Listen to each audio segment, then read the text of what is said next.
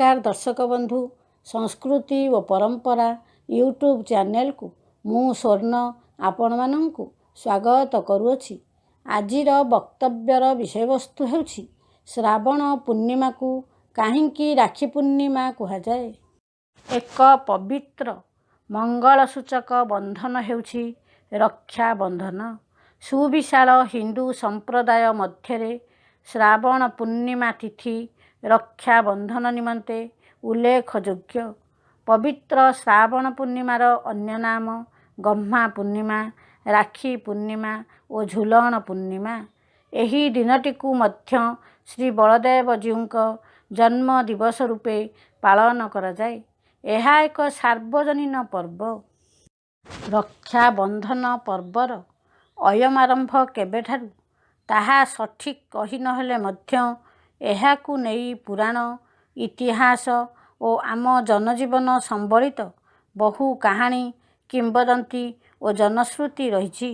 पौराणिक जुगरे दैत्यगुरु शुक्राचार्य उक्त तिथिरे दैत्यराज बलिंक हस्तरे रक्षा कवच बंधन करिथिबा कथा पुराण पृष्ठारु जना जाए। पुरा कालरे देवासुर संग्राम रे देवगण बहुबार शोचनीय भावे पराजित हेबा परे शेष थर पई भय नैराश्य और उद्वेगर वशवर्ती होई देवराज इंद्र ब्रह्मांक अनुमति क्रमे तांकर प्रधान शत्रु वृतासुर सह रण करिबाकू बाहरंते गुरु बृहस्पतिंक निर्देश क्रमे तांक पत्नी देवी सची उक्त तिथिरे गायत्री मंत्र पाठ पूर्वक तांक हस्तरे रक्षासूत्र बंधन करिथिले एवं सत्र प्रतीक सही सूत्र रण प्रांगण रे तांकु रक्षा करिबो बोली आश्वासना देइथिले। एही रक्षासूत्र देवगणଙ୍କ मनरे आत्मविश्वास भरिदेला और तत्परे सेमाने विजयश्री लाभ कले। एथिरु सुस्पष्ट जे सौभाग्यवती रमणीଙ୍କ द्वारा रक्षाबंधन थिला पौराणिक विधि। परवर्ती कालरे बोध हुए जनचिंतारे परिवर्तनर कारण स्वरूप सो पत्नींकु पारितोषिक बा दक्षिणा देवाटा असंगति विवेचित होइछि। बिना दानरे मांगलिक कर्म निष्फल और अपूर्ण आशंकारे दान ग्रहण निमंते भगिनी उपरे एही शुभ दायित्वटी न्यस्त करा जाइछि। भगिनीकु उपढौकन आदि विनिमय रे दक्षिणा प्रदान करी शुभाशीष लाभ करिवार लौकिक परंपरा रक्षाबंधन पाई सृष्टि हैला। अधुना राखी बंधन करी किछि दक्षिणा आशा करिबा बोध हुए उक्त प्रसंगर परिणति होई पारे। कालक्रमे परंपरा रे परिवर्तन देखादेला। रक्षासूत्र बांधुथिबा हस्त स्वयं मागिला रक्षार कवच। साधारण भावरे भगिनी भ्राता हस्तरे राखी बांधि देई भाईर सुरक्षा और मंगल कामना करे। भिन्न पक्षरे किंतु राखी बांधिबा द्वारा भगिनी आपणार सुरक्षा भार भ्राताकू न्यस्त करिथाए। याज्ञसेनी जेपरी पांडव सखा अंतर्यामी श्रीकृष्णंकु भ्राता रूपे संबोधन और सो वस्त्रांचल बंधन करी सुरक्षार दायित्व अर्पण करि देइथिले एवं कौरव राजसभारे द्रौपदी वस्त्रहरण समय भगवान श्रीकृष्ण कोटि वस्त्र प्रदान करी द्रौपदींक मान रक्षा करी राखीर मूल्य परिशोध करिथिले। महालक्ष्मी दानव राजा बलिंकर हस्तरे राखी बांधी नारायण रूपी वामन द्वारपालंकु मुक्त करि पारिथिले। पंचु पांडवंक माता कुंती एही दिन श्रीकृष्णंक हस्तरे राखी बांधी तांक पुत्रंकु कौरव मानंक कुनजररू रक्षार्थे श्रीकृष्णंक अनुग्रह भिक्षा करिथिले। पौराणिक किंवदंती अनुसारे मृत्युदेव यमराज निज भौणी जमुना को राखी बंधन अवसर रे कहिथिले एही बंधन को बांधिथिबा मानव जम जंत्रणारू मुक्त होई परिबो बा स्वर्ग प्राप्ति पाई परिबो। इतिहास पृष्ठारे मध्य ए संपर्कित बहु कहानी दृष्टिगोचर होइथाए। कर्णावती हुमायून, रानी बेलुनाबिया टीपू सुल्तान, चांद बीबी महाराणा प्रताप, रमजानी शाह आलम ଗୌହରବାନୁ ଛତ୍ରପତି ଶିବାଜୀ ଓ ରାଜପୁତ ରମଣୀ ଆକବରଙ୍କ କଥା ଯଥେଷ୍ଟ ପ୍ରସିଦ୍ଧ।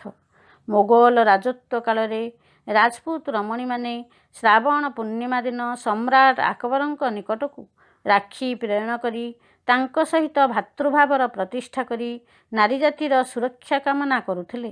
ଶେଷ ମୋଗଲ ସମ୍ରାଟ ଶାହଜଫରଙ୍କ ଶାସନ କାଳରେ ରକ୍ଷାବନ୍ଧନ ପର୍ବ ମହା ଆଡ଼ମ୍ବରରେ ପାଳନ କରାଯାଉଥିଲା। ଉକ୍ତ ଦିବସରେ କେତେକ ଦେବଦେବୀଙ୍କୁ ରାକ୍ଷୀ ସମର୍ପଣ କରାଯାଇ ମଙ୍ଗଳ ସୂଚକ ସ୍ୱରୂପ ତାହାକୁ ସ୍ୱହସ୍ତରେ ଲୋକମାନେ ଧାରଣ କରୁଥିଲେ।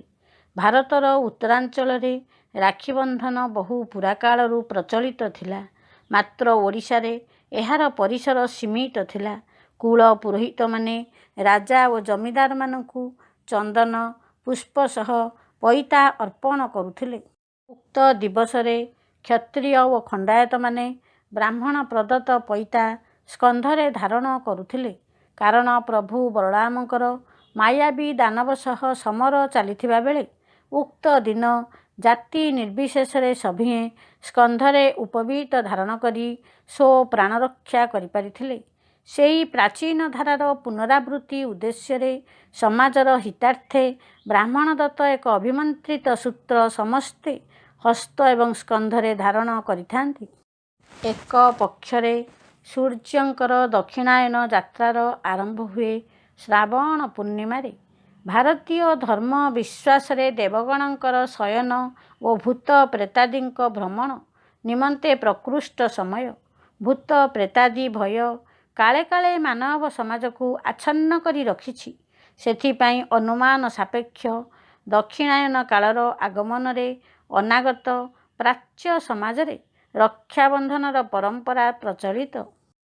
ଅପରପକ୍ଷେ ଶ୍ରାବଣ ମାସରେ ପ୍ରଚୁର ବୃଷ୍ଟିପାତ ଯୋଗୁଁ ସର୍ପାଦି ସରୀସୃପମାନଙ୍କର ଦୌରାତ୍ମ୍ୟରୁ ରକ୍ଷା ନିମିତ୍ତ ମାନବର ଆତ୍ମରକ୍ଷା ବିଧାନ ପ୍ରଚେଷ୍ଟାରୁ ରକ୍ଷାବନ୍ଧନ ସୃଷ୍ଟି ହୋଇଥାଇପାରେ। ଏହାର ମନ୍ତ୍ର ତନ୍ତ୍ରଗତ ମୂଲ୍ୟ ସମୟକ୍ରମେ ତିରୋହିତ ହୋଇ ଅଧୁନା ରାକ୍ଷୀ ବନ୍ଧନର ଆମୋଦ ପ୍ରମୋଦ ଉତ୍ସବରେ ରୂପାନ୍ତରିତ ହୋଇଥାଇପାରେ। ଅନାଗତ ବର୍ଷ ତମାମର ଭୂତ ପ୍ରେତ ପିଶାଚ ଡାହାଣୀ ଚିରୁଗୁଣିଙ୍କ କୁନଜର ସହିତ ସର୍ପ ସରୀସୃପ ଆଦିର ଆକ୍ରମଣ ଓ ସର୍ବୋପରି ବ୍ୟାଧିକର ପ୍ରକୋପରୁ ସୁରକ୍ଷିତ ହୋଇ କଲ୍ୟାଣକରୀ ସୌଭାଗ୍ୟପ୍ରଦ ସ୍ୱଚ୍ଛଳ ଦୀର୍ଘାୟୁ ଜୀବନଯାତ୍ରା ଅତିବାହିତ କରିବାର ଆଭିମୁଖ୍ୟ ରକ୍ଷାବନ୍ଧନର ବିଗତ ସ୍ମାରକୀ। ସାଧାରଣତଃ ପୂର୍ଣ୍ଣିମାର ପୂର୍ଣ୍ଣଚନ୍ଦ୍ର ବ୍ୟାଧିହୀନତା ଓ ପରମାୟୁ ପ୍ରଦାନର ପ୍ରତୀକ ଶକ୍ତି। ପୂର୍ଣ୍ଣିମା ତିଥି ସହିତ ଶ୍ରବଣା ନକ୍ଷତ୍ରର ସଂଯୋଗ। ଶ୍ରାବଣ ପୂର୍ଣ୍ଣିମା ହିଁ ରକ୍ଷାବନ୍ଧନ ନିମନ୍ତେ ପ୍ରକୃଷ୍ଟ ସମୟ। ରକ୍ଷାବନ୍ଧନର ସୂତ୍ର ହେଉଛି ଏକ ମାଙ୍ଗଳିକ ସୂତ୍ର। ସଂଯୋଗ ସୃଷ୍ଟି ଓ ସମ୍ପର୍କ ଅବିଚ୍ଛିନ୍ନକାରୀ ସାମଗ୍ରୀ ଭାବେ ସୂତ୍ର ବା ତନ୍ତୁର ଉପାଦେୟତା ଅନତିକ୍ରମଣୀୟ। ରକ୍ଷାବନ୍ଧନ ଦ୍ୱାରା ସାମାଜିକ ଯୋଗସୂତ୍ର ରକ୍ଷା ସହିତ ସାମୂହିକ ସମ୍ପ୍ରୀତି ସୁସମ୍ପର୍କ ଓ ସଦ୍ଭାବର ପ୍ରତିଷ୍ଠା ହୋଇପାରେ। ଧନ୍ୟବାଦ।